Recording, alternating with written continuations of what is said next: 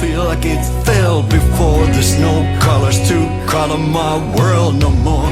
No, nothing, no, nothing. Haters, ¿qué tal? ¿Cómo están? Les doy la bienvenida nuevamente aquí al canal, conmigo, su host, el Diablo, a un nuevo segmento de conversaciones desde el inframundo. Y en esta ocasión tenemos el gran honor de tener una conversación con una leyenda del rock y del metal, con el señor Jyrki 69, que es el vocalista y líder de la gran banda de 69 Nines, oriunda de Finlandia, quienes el año pasado, en abril, lanzaron su más reciente material de estudio, Death of Darkness, a través del sello Atomic Fire Records, y el día viernes 22 de marzo acaban de lanzar un nuevo sencillo de la canción Fade to Grey, en colaboración con una leyenda de la música como es Diane Warren. Este trabajo, este nuevo single, aparecerá de forma física en una nueva edición de vinilo, una variante de vinilo de su más reciente álbum, Death of Darkness. So, Jyrki, thanks a lot for your time, man. How are you? Welcome to El Hater. Welcome to Conversation from the Underworld. Muy bien. It's exciting, and greetings from LA, California. I'm here to promote the new single and getting ready to tour in the US. And first of all, I like to tell you news. We played in Mexico in last November. Yeah. And we're coming back this year. No in the fall. way. Yeah. Yes, sir. Well, we you hear it now. Yeah, I have an exclusive, my first exclusive on the channel, man. Thanks a lot. So it will be in October. Man, oh, it's almost time. I mean, a couple of months, but man, time flies. Yes, exactly. I can't wait for that, and we'll see all you guys, all you Mexican vampires, very soon. Yeah, man, I can't wait for it. I mean, last year's performance was mind-blowing act, so I'm pretty sure this one will be even better. We love it there. Yeah, man, we love to have you. Without further ado, if you don't mind, I will start with my first question for you. Yes, sir. Well, this question is courtesy of Heri Joensen, the frontman and guitarist from the band Bazie, and the question is this one. To you, what is the meaning of life? Oh, that's a simple one. Rock and roll. Man, I mean, man, you're a fucking god of rock. So I could expect but that that's really the truth. If you really start to, like, from my point of view, it's not a fake answer. It's a real answer, and I stand for it. And I always, if you look at my life, what I've been doing all my life, to this tender 55 years of age. What is there? What's the most important thing in my life? What you know me most? Rock and roll. Man, your art, your rock and roll, definitely. Amen. Yeah, man, and I mean, like you say, you are the living proof of a true rock and roller, man. You live your art, you express it, and you are almost contagious whenever I hear your music and the music see you play live. I mean, it's just a carnival of rock and roll and darkness. Yeah, it's not a role. I live this way, and I paid my dues, and I partied hard. I survived, and I'm still here, and I just want to, still I want to rock and roll, and rock and roll is there in deepest, in my heart forever. Yeah, I'm an old school rock star. Yes, sir. Thank you. Yeah, man. Great. Thanks for your answer. And my next question for you is this one. A 30-year span career has made the 69 Eyes a band that has outlived the gothic fever of the early 2000s.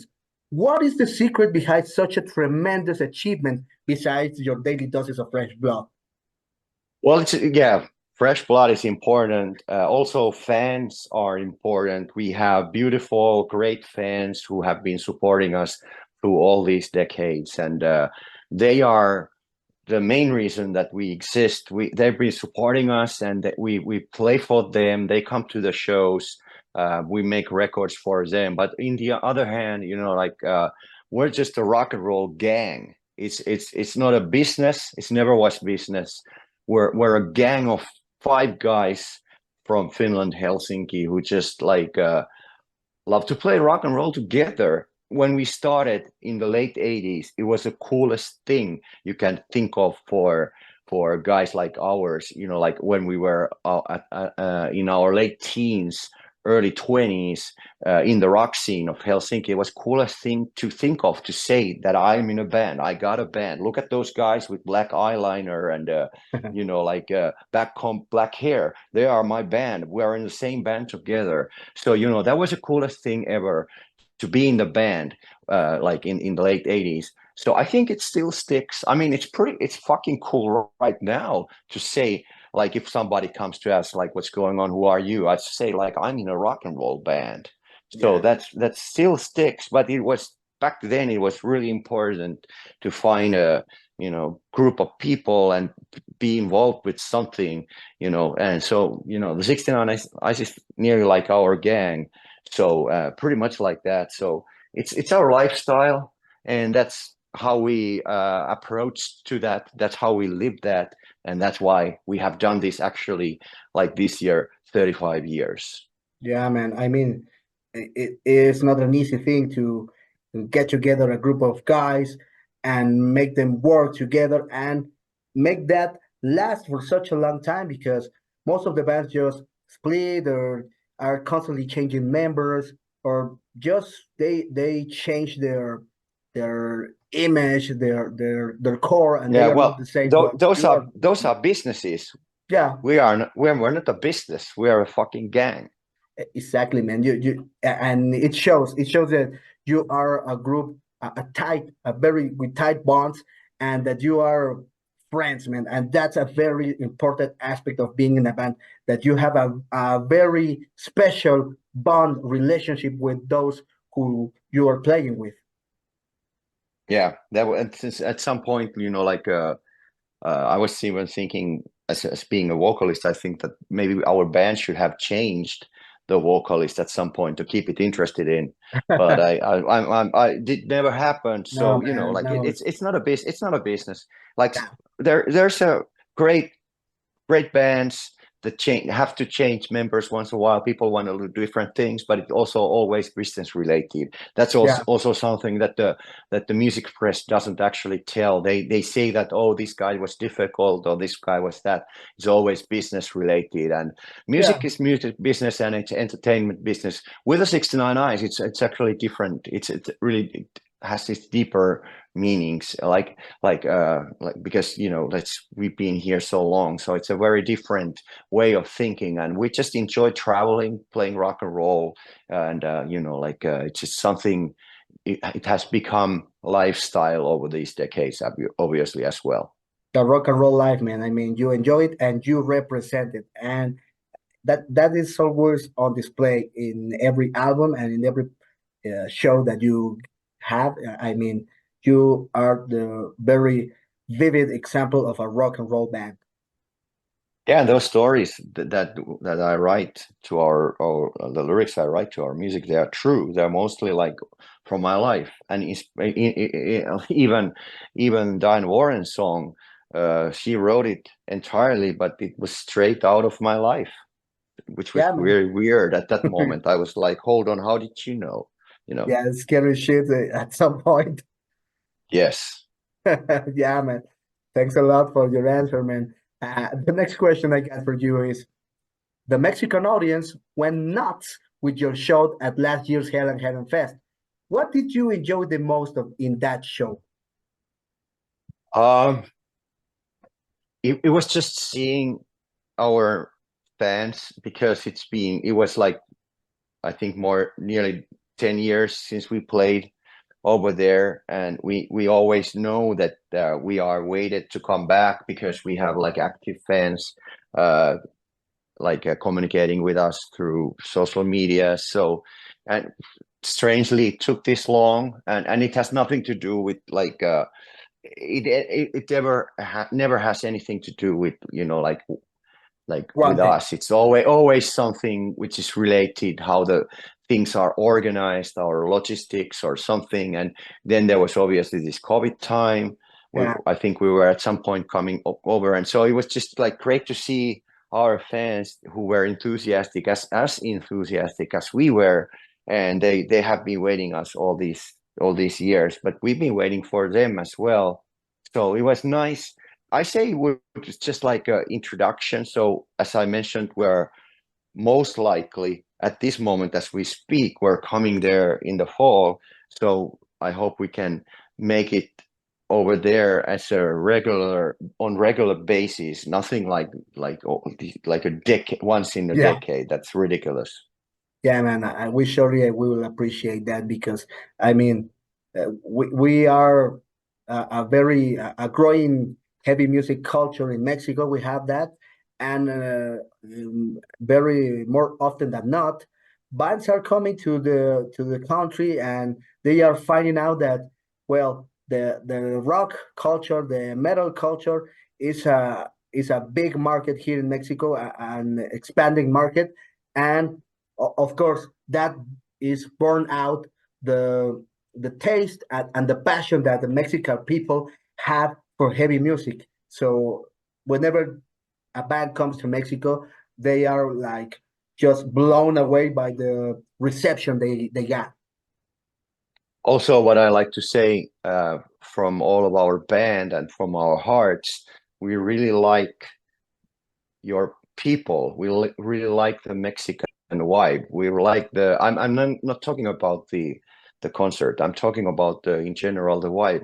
We were The staying in personality. Toluca, and I was hanging out there in a local mall and meeting people, and we really sympathize you people, and we really feel comfortable and really warm there, and we are heart warm, like over to come over there. So we really we talked as all of us were hanging out in Toluca. We thought that we have to come back because we feel really good and we feel connected with your people, and we sympathize the vibe which you have there. It's very beautiful. Yeah, man. I mean, most of the foreigners that can notice that because I don't know. It's maybe I don't know what it is, but Mexican people are very warm and towards the people that comes from abroad. I mean, it's like we are eager to show them that we rock, that we are very kind and have a very rich culture, and that we like to show the world that we are nice people, so the people when they come back to their countries can have a very nice concept of us. And I know that that's is been happening for a long time, and I don't see a reason why that will change in the future. So yeah, I totally know what you're talking about, and I believe me, you are one amongst many other musicians and artists that when they come to Mexico, they feel overwhelmed for all the love that they receive.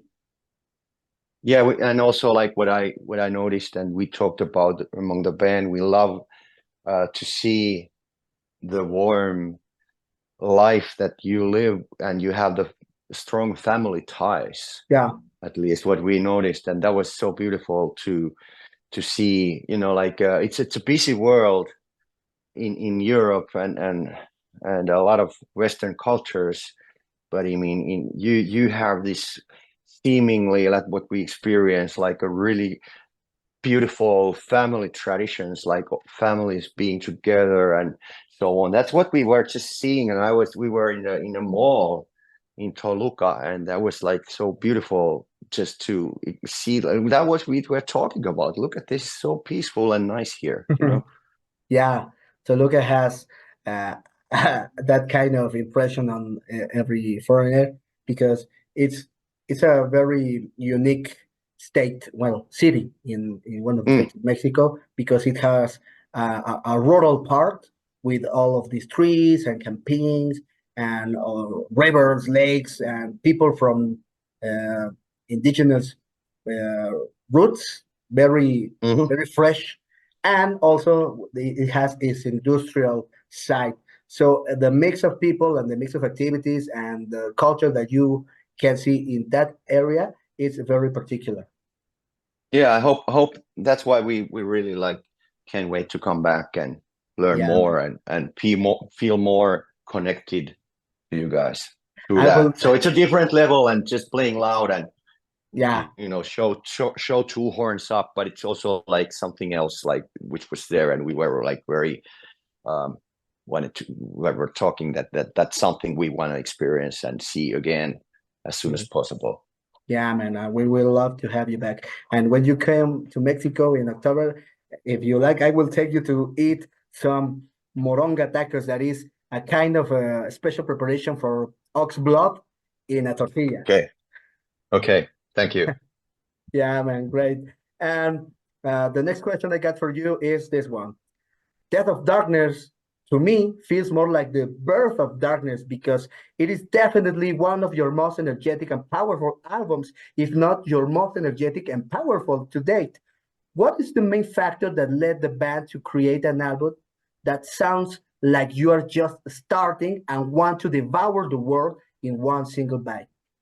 Oh, thank you. Well, I mean, the decade before 2000, from 2010 to 2020, that was kind of low key for the 69 Nights. We were just like, we were very independent and low key band during that decade, and nobody paid attention that we existed. We did some records and toured a little bit for them, but we were very low key. So then decade changed, and we got a new record label from old friends of ours who were our A&R team back in the day when we had records like Devils and Angels out. So that those people were still believing in us, and our plan was to start to write only songs to be as singles. So we wrote like first song we wrote was like called Drive, and that was really, we just recorded that, and that was released. And then we see the results, like, wow, it gets straight to radio play in Finland, and people seem to like it all over the world. So then we wrote another song and released that, and then we wrote another song and released that. So we just wrote singles and released them, and at some point we wrote a bunch of other songs and then combined all that stuff as an album. So half of the record was originally already released as singles, and we tried to write like a catchy single. So that's how, as later, some fans were naturally disappointed. They were like, oh, hey, we heard half of the songs already. Why there's only like, let's say, 4 new songs? But I mean, now, like a year later, as the record has come out, now it doesn't really matter. It's a whole album. But that's a way of doing it and having the energy and always aiming higher and higher, releasing only one song by each other and writing it that way. So that's the idea for the album. And as you listen to it now, it sounds like exactly like you said. Yeah, you know, like it's hungry, it's dangerous, and it's aiming high, and that's how, because it's all these singles one by one there, you know. Yeah, man, and it certainly doesn't feel like you wrote songs single by single, at least a part of the album. I mean, it doesn't feel that way. It feels like a whole concept created in a single moment because it is so strong in its basis, and the dynamics of the album are so work so well that, I mean, if you have told me that you wrote this album in a single weekend, I will have no problem believing it. Thank you. I have to bring these regards to our lead guitarist who combined the song order to the album, and it took him for 2 weeks or something. So seems like he did something right, and the time was spent right for that. So that's probably all.